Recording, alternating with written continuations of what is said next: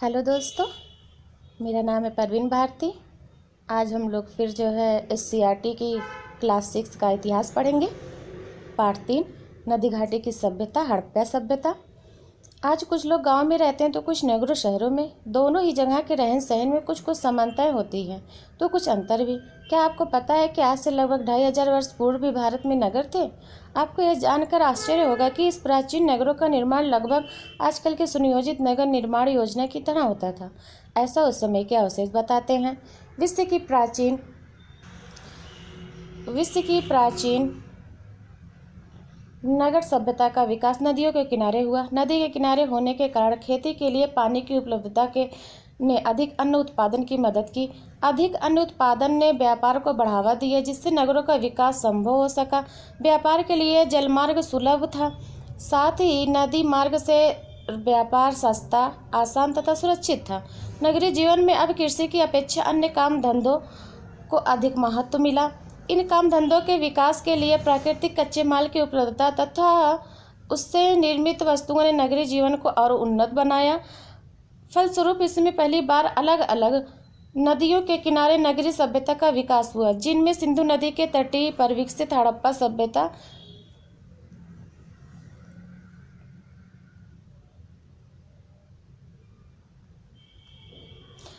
सभ्यता, लगभग 2500 ईसा पूर्व से 1520 ईसा पूर्व।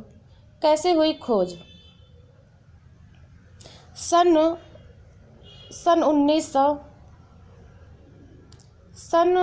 1921 की बात है, जब भारत में अंग्रेजों का राज था। इसी वर्ष पुरातत्वविदों ने पंजाब प्रांत में हड़प्पा नामक स्थल की खोज की। इस स्थल से प्राप्त अवशेषों के अध्ययन से पुरातत्वविदों को ज्ञात हुआ कि यह एक नगरीय सभ्यता का अवशेष है।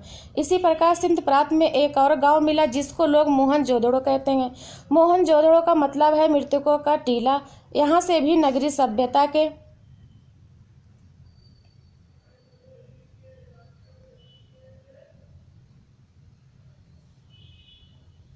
अवशेष प्राप्त हुए।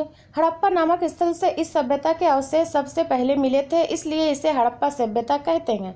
पुरातत्वविदों ने इस स्थल को विस्तृत खुदाई की तो नीचे दबा हुआ पूरा का पूरा शहर मिला, नगर ही नगर। धीरे धीरे आगे की खोज हुई, कई जगहों पर खुदाई की जा गई तो पता चला कि उस समय एक नहीं, दो नहीं, कई नगर थे। ये नगर सिंधु नदी और उसकी सहायक नदियों की घाटी में बसे हुए थे।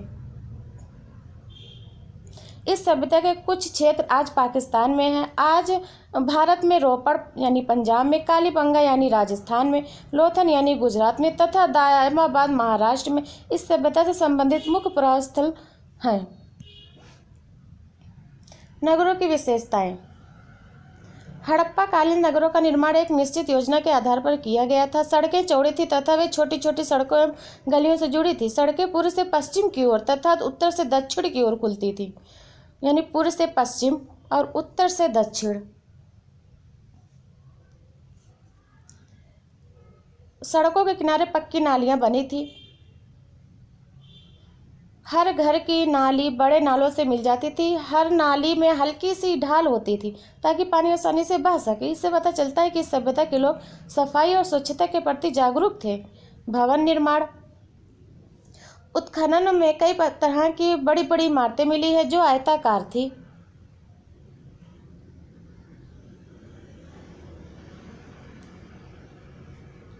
कुछ छोटे छोटे घर थे। हड़प्पा, मोहनजोदड़ो अन्य स्थलों की खुदाई से पता चलता है। हड़प्पा कालीन भवनों का निर्माण एक सुनिश्चित योजना के अंतर्गत किया गया था। प्रत्येक घर के बीच में एक आंगन होता था। आंगन के चारों ओर कमरे बने होते थे। प्रत्येक घर में रसोई घर, शौचालय तथा स्नान घर का उचित प्रबंध था। 2 मंजिला मकान में ऊपर जाने के लिए सीढ़ियां बनी हुई थी। यह समय रेखा हड़प्पा सभ्यता यानी 2500 से 2000 ईसा पूर्व